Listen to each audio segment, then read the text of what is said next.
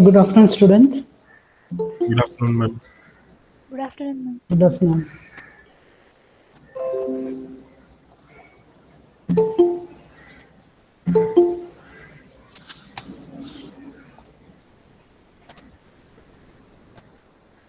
So last class we have seen about special function registers, that is stack pointer, link register, program counter, and also I have demonstrated how your link register can hold a return address. Okay. And also we have seen about the pipelining characteristics. Do you have any doubts regarding this pipeline executing characteristics? No, ma'am. Okay. So next topic is about how to load code and data into memory. Okay. So let's assume this program is the embedded C program. Okay. So we have two sections. One is the data section, other one is the program section. So this is the data area and this will be your code area. Is that right? So here in data area, we can initialize all our temporary variables, and inside main, we can include our own statement based on our program logic. Okay. So regarding the storing your code and data, so data memory is your RAM, SRAM memory. So this is the SRAM memory. So this is the starting address and this will be the end address. So this memory is completely allocated for storing your data variables. Okay. So here stack pointer is the memory pointer to point the SRAM memory address. Okay. And whatever data we are initializing in the data area, so that data variables are stored in the SRAM. Okay. So all the data initialized in the data section will be stored in the SRAM. Okay. Am I audible, students? Yes, ma'am. Okay. And for temporary variables, to improve the ARM core performance, some of the variables are not stored in memory. Okay. For example, int I, int b of 5. So these two instructions may be stored in a general purpose register, that is R0 to R15. Okay. So some of the variables would be stored in a register, not in memory. Please note on the point. So it's a very important thing. So in order to save our memory accessing, some of the temporary variables will be stored in a register, not in memory. And regarding your program statements, so that will be loaded into your flash memory. So this is your pro.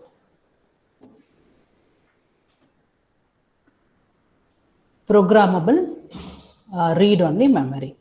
So the memory pointer involved in this flash memory is the program counter. So this will point the instruction codes. So all your program statements are converted into instructional codes that will be loaded into your flash memory, and the memory pointer used in this memory is program counter. In case of SRAM, stack pointer will be used. Okay. So your program memory can hold, for each memory location can hold either 16-bit data or 8-bit data. So based on the pipelining characteristics, it will fetch the data bytes available in the memory. Is that clear, students? So same format will be applied for assembly. Okay. So your initialization, data initialization, whatever you are initializing the data in the data area, that will be loaded into your SRAM. The program statements will be loaded into, okay, your flash memory. Is that clear? Yes. Yes, ma'am. Yes, ma'am. So next we will see how your mission codes are stored in the memory. Okay. So mainly 3 registers involved. So you have to look into the 3 register content. One is the program counter, and second one is the link register, and third one is the stack pointer. So can you tell me the significance of program counter first? So what is the Content purpose? address of next instruction. Yes. So here in flash memory, which memory pointer is used? Program counter. So it is used to point the instruction to be executed. Okay. And after fetching the instruction, the PC, that is program counter address, is incremented by 4 according to Cortex M4 architecture. Okay. So what about link register? When any function or subroutine is called, it will hold Yes. the return address of main program. It will hold return address of the main program, and once the function has been executed or the function is completely executed, the link register content is popped into the program counter so that your program control return back to the main program. Okay. So what about the stack pointer? Stack pointer is for accessing the data elements from your SRAM memory. See, SRAM is nothing but a sequence of your RAM. Okay, so it is used to point the content of that is a memory address of SRAM. Ma'am, excuse me, ma'am. Yes, ma'am. Yes. Yes, Some students are waiting outside, it seems. 1 second. 1 second.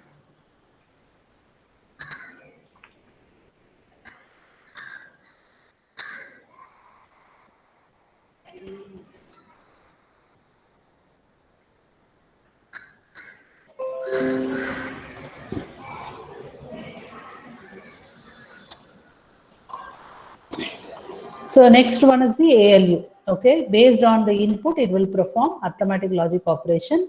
Once the operation is over, the result is written into your register file or register bank.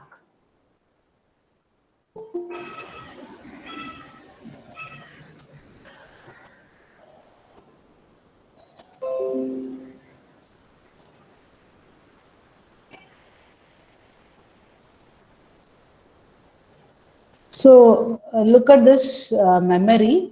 Okay, so this is the 32-bit address. So this 32-bit address holds 16-bit data. That is 21. Your LSB is 00 and MSB is 21. It takes 2 bytes of memory. Okay, so 8001A holds 00 and AD holds 21. Students, are you able to follow? See, this is the program counter. It's pointing the current instruction. Okay. So every memory can hold 16-bit of data. Okay. So it takes 2 bytes of your addressable memory. So AC holds LSB 00, AD holds 21. Is that clear? Similarly, AE holds 01 and AD holds 22. Is that clear, students? Yes or no? Yes, ma'am. Yes, ma'am. Yes, ma'am. So just look at this example. This is the example for this particular instruction, how your processor can execute this instruction using your program counter, link register, and stack pointer. Okay. So currently your program counter holds this address, AC. Okay. So AC holds 2100. So what is the first step of pipelining? What is the first step? Fetch. So fetching the opcodes from addressable memory. What is the addressable memory? Here 80001 AC is the addressable memory. So your first step is the processor has to fetch the opcodes from this AC address. Okay, 2100. Next, what it will do? It will decode the opcode and identify the instruction. So this will be the instruction for this particular opcode. Okay. So 00 is the immediate data. 21 is the opcode for move S instruction. Is that clear, students? Actually, it is the 2-byte instruction. Okay. So first program counter fetches the operation code from the particular memory address. Okay, after that it will decode it for identifying the instruction. After decoding this 2100, and we will have this particular instruction. So opcode for this particular instruction is 2100. So 000 is a 8-bit immediate operand, and 21 is the opcode for MOVS instruction. Okay. Next, what is the next step? After decoding, after identifying the instruction, processor has to execute the instruction. So after execution, what will be the content of R1? See, this is the instruction. Okay. 2100 opcodes are stored in this particular address. Okay. Okay. For the instruction for this particular opcode is move SR1, #0x00. Okay. After decoding the instruction, what will the processor do? Processor will execute that particular instruction. After execution, what is the content of R1? 0. Zero. Okay. So this is the process to be followed for each instruction execution. First, it will fetch the opcode from the memory and decode the instruction. After decoding, it will execute. Okay. So after execution, your R1 holds this value. Okay. So after executing this particular instruction, your program counter is pointing which address now? Earlier it was pointing AC. After that, AE. So it is pointing AE. So AE contains 2201. Okay. So instruction for this particular opcode is move SR2, #01. Okay. So 01 is the 8-bit operand, immediate opcode, that is immediate value, and 22 is the opcode for this particular instruction, move SR2. Okay. So after decoding, what it will do, it will execute the instruction. After execution, the 01 is returned into R2. After execution, your R2 is updated with this value. Okay. Once the data is updated in R2, your program counter is currently pointing this particular address. In this way, it will fetch the data bytes from the memory. Okay. So what is the next one? Please tell me. Just observe the instruction, observe the diagram.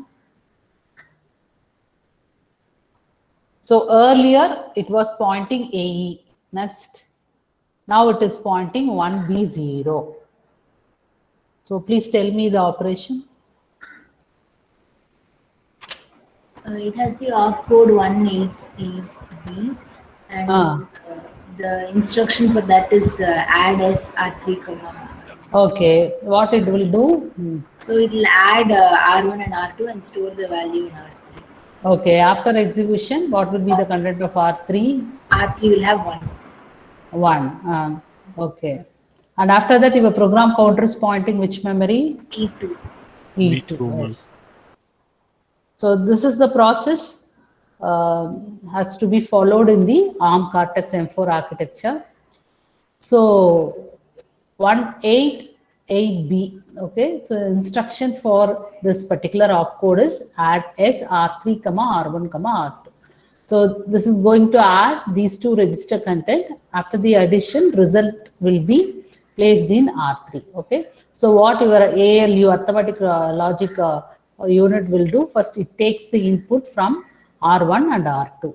So two inputs given to ALU. Because these two are source operand. So it will fetch the opcodes or data bytes from the particular instruction registers R1 and R2.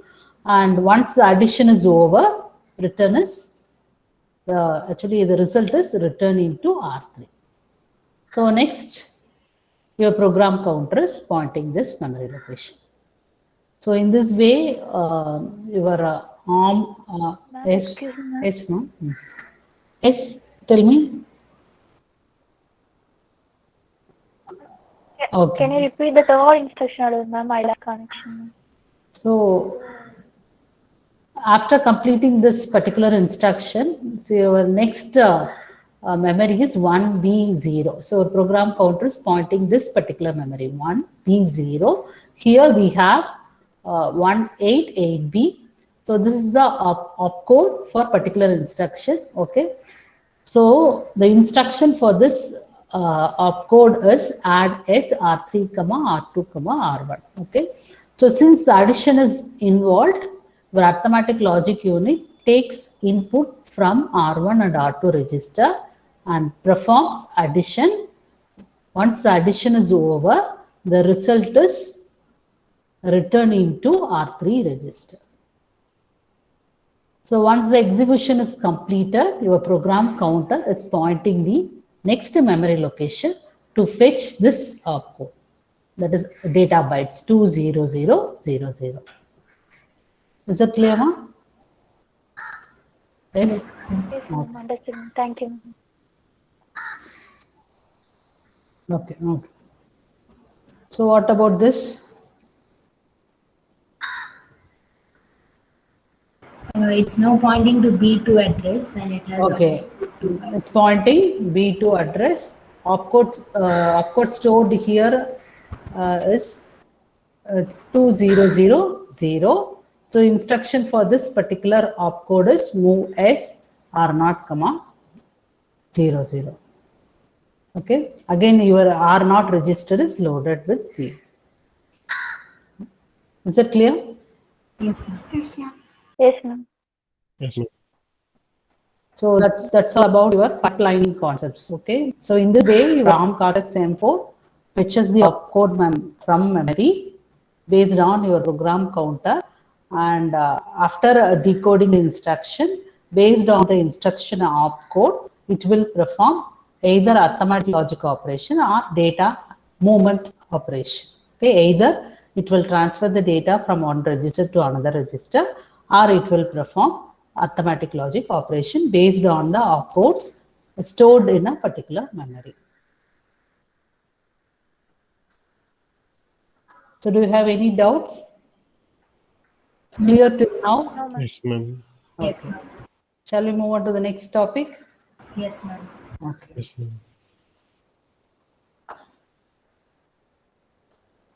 So to use Cortex M microcontroller in typical application, there is no need to have detailed knowledge of ARM Cortex M4 architecture. Okay, so you only need to have a basic understanding of programmer's model.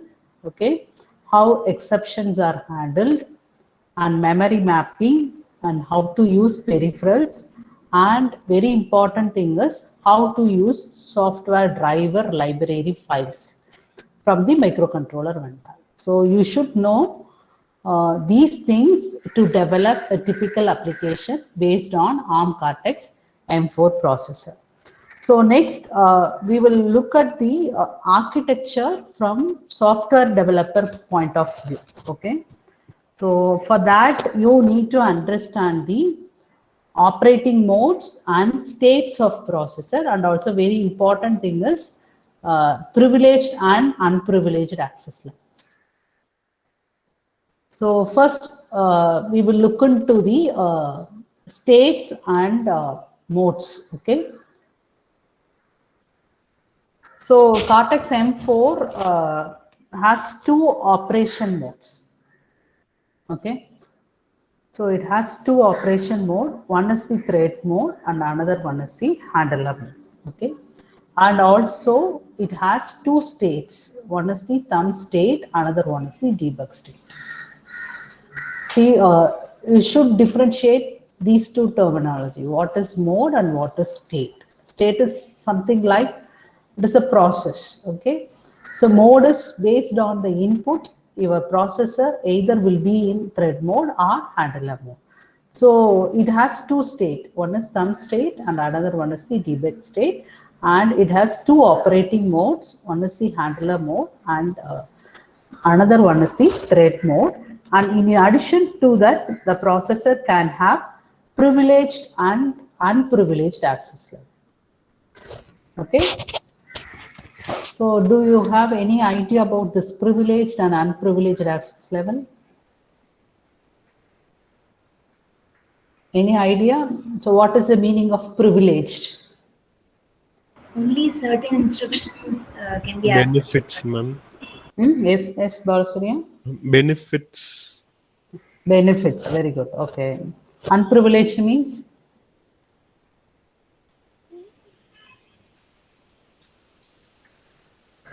See, according to the microcontroller environment, privileged means the application program can access all the resources in the processor. So it has full rights to access all the resources in the processor. That is called privileged access level. Suppose if the program code is running in privileged access level, it has full rights to access all the resources available in the processor, such as your peripherals, memory, and other debugging unit. Okay. Suppose unprivileged access level means some memory regions are inaccessible, some memory regions are restricted. So your application program cannot access some of the memory regions and few operations cannot be performed or cannot be used. Okay. Can you understand the difference between privileged and unprivileged? Yes. Okay, suppose if you are developing a particular application, okay, suppose if the code is in privileged access level means your program can access all the resources. That is your peripherals, memory, whatever it, that is whatever the devices connected to the ARM Cortex M4. Unprivileged access level means there is some restriction, okay, which means some memory regions are restricted or inaccessible and few operations cannot be performed. Okay, so this state is called user state. That is unprivileged access is called user state.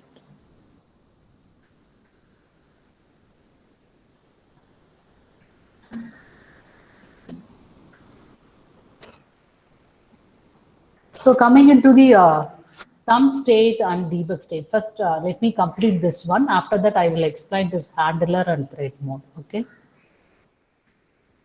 So what is thumb state? Do you have any idea?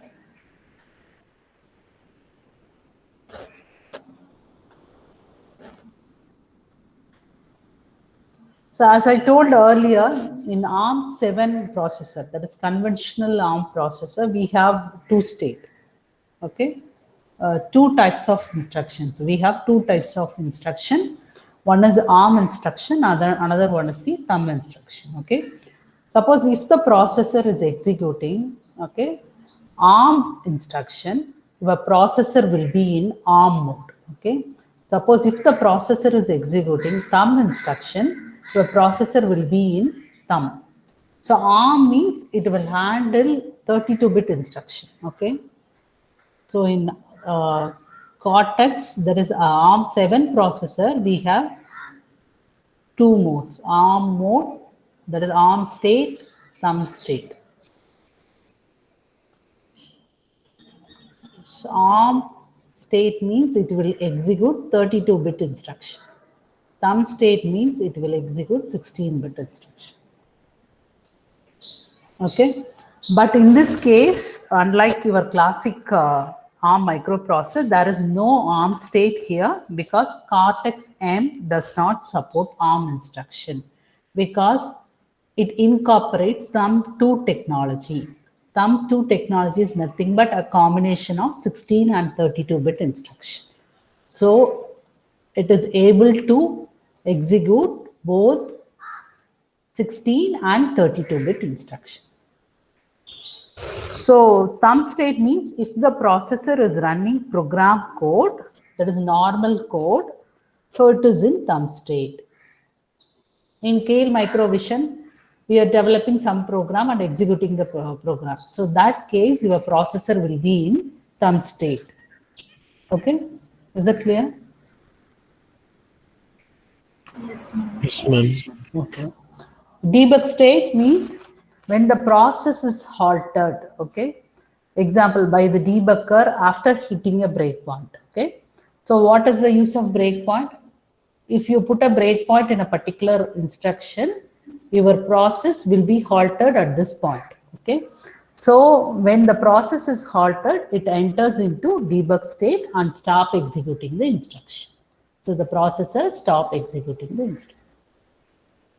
So your processor will be either in thumb state or debug state. So this debug operation is only applicable when debugger is connected or provided your board has onboard debugger. Okay. Is that clear? So thumb state is thumb state means it's executing a user application. So அப்ப என்ன ஆகும் அப்படின்னா your processor is in thumb state. ஓகேங்களா? When the process is halted, okay, when the process is completed, that case it will be in debug state. Okay. So next one is the thread mode and handler mode.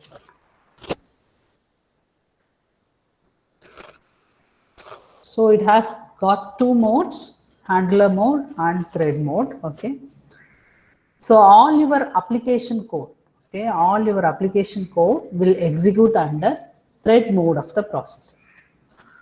All your application code will execute under thread mode of the processor, and this mode is called user mode. Please note it down. This is called user mode.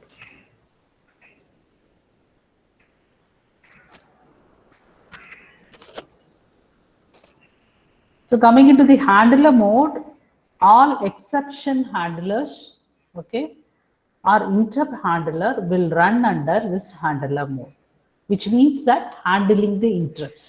Okay.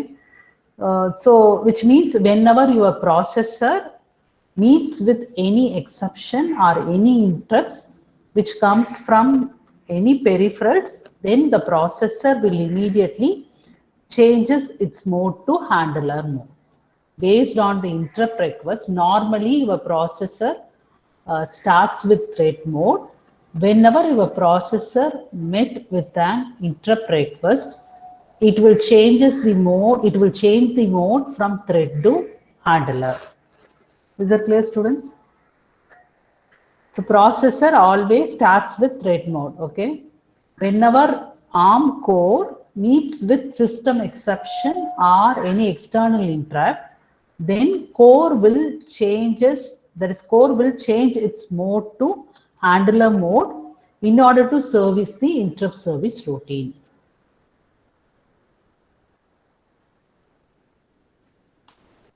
Is that clear? Yes. Is that clear? Yes, Ma'am, can I ma'am. explain it again, ma'am? Normally, okay, actually processor always starts with thread mode, executing normal codes. Okay. When we execute normal code, your processor is in thread. Okay. When ARM core meets with external interrupt or system exception, then your core will change its mode to handler mode based on the exception request. So here under this handler mode, it will execute the interrupt service routine. Once the interrupt service routine is over or completed, it will return back to thread mode. Is that clear? Yes or no? Yes, ma'am. Yes. Yes, ma'am. நார்மலா நீங்க இப்போ code எழுதுவீங்கல்ல, இப்போ generally we perform addition, subtraction, multiplication ஒரு code எழுதுவோம். அப்ப நீங்க போய் நீங்க உங்களோட ரெஜிஸ்டர் பேங்க் விண்டோல பாத்தீங்கன்னா it always starts with thread mode. Suppose if any interrupt hits the ARM core, it will change the mode from thread to handler where it will execute the ISR. So ISRs will be executed under handler mode based on the exception request. Once the ISR is completed, it returns back to thread mode and it will execute the normal user application codes. Is that clear? Yes, ma'am. Okay, okay. Yes, ma'am.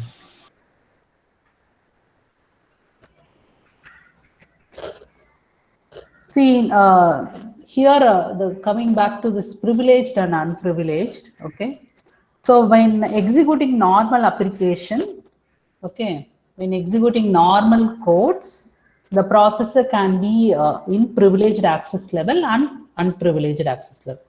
So normal code means it will be in thread mode. Okay, so that case processor can be in privileged access level and unprivileged access level. Okay, so this privileged and unprivileged access level can be controlled by this software, switch by software. So this is controlled by special register called control register. I have mentioned already, using control register, we can control the ARM core activities. Okay. So we will cover this more in the next class. Okay. So this software can switch the processor in privileged thread mode to unprivileged thread mode. Is that clear? So in thread mode, we can have two access level. One is privileged access level and another one is the unprivileged access level. So this is being controlled by this control register. So using that is a program, using programming techniques, we can switches the program code from privileged access level to unprivileged access level. So the software can switch the processor in privileged thread mode to unprivileged thread mode. Is that clear? Is that clear? Yes, ma'am. Okay, normally it will be in privileged access level.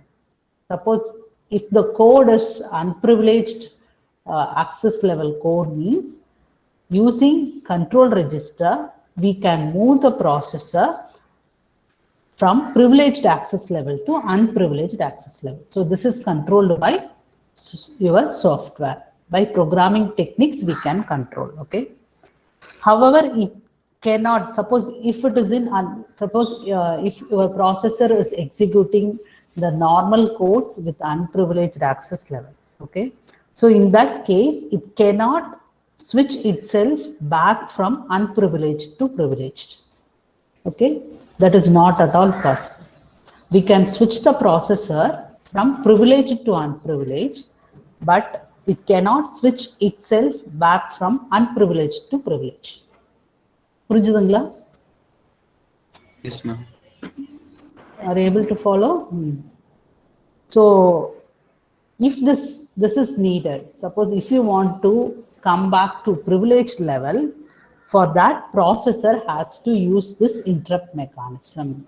Again, it will go to handler mode and return back to thread mode.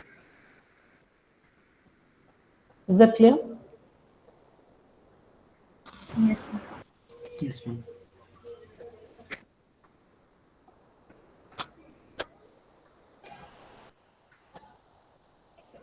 So normally it is in thread mode. Okay, so a processor always starts with thread mode. When interrupt is raised, okay, suppose if your core meets with an exception or interrupt from peripheral devices, it switches the mode from thread to handle. Okay, once the ISR is, all your ISR, interrupt service routine, are executed under this handler mode. Once the process is over, it comes back to thread mode with privileged access level. So under thread mode, we can have two access level, privileged access level and unprivileged access level. Okay? And we can switch the processor mode from thread with privileged access to thread mode with unprivileged access level. So this is controlled by control register. But here the problem is, okay, it cannot switch itself back from unprivileged to privileged. For that, your processor has to use interrupt mechanism, raise the interrupt and execute the ISR. After that, it will come back to normal thread mode. Is that clear? Yes. Yes. Yes, ma'am.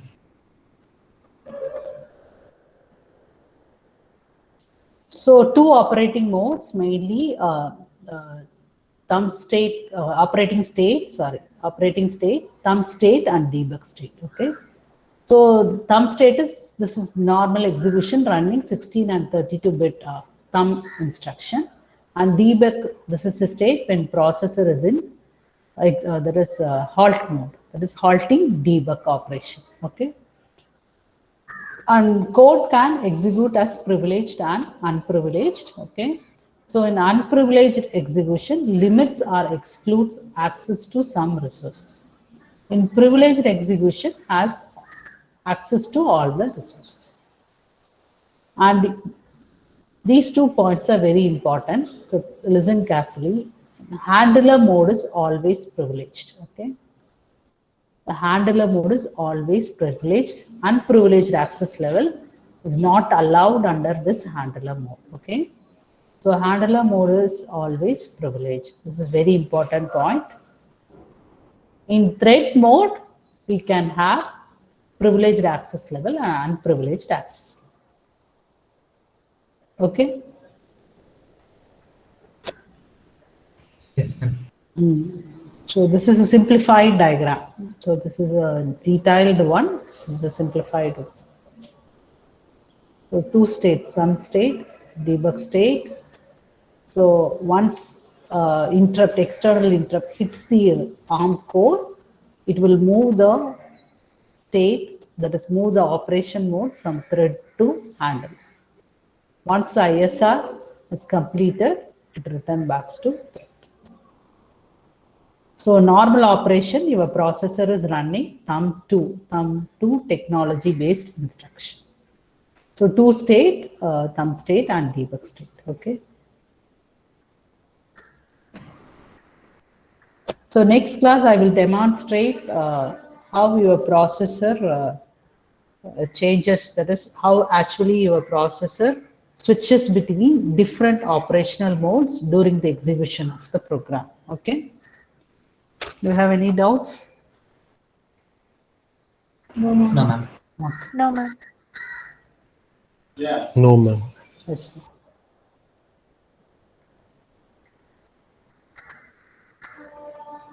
Answer your attendance.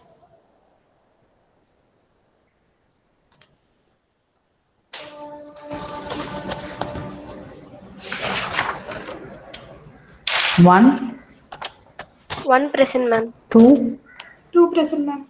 3, 3 present, ma'am. 4, 1 present, ma'am. 5, 5%, ma'am. 6, 6%, ma'am. 7, 7 present, ma'am. 8, 8%, ma'am. 9, 9%, ma'am. 10, 10.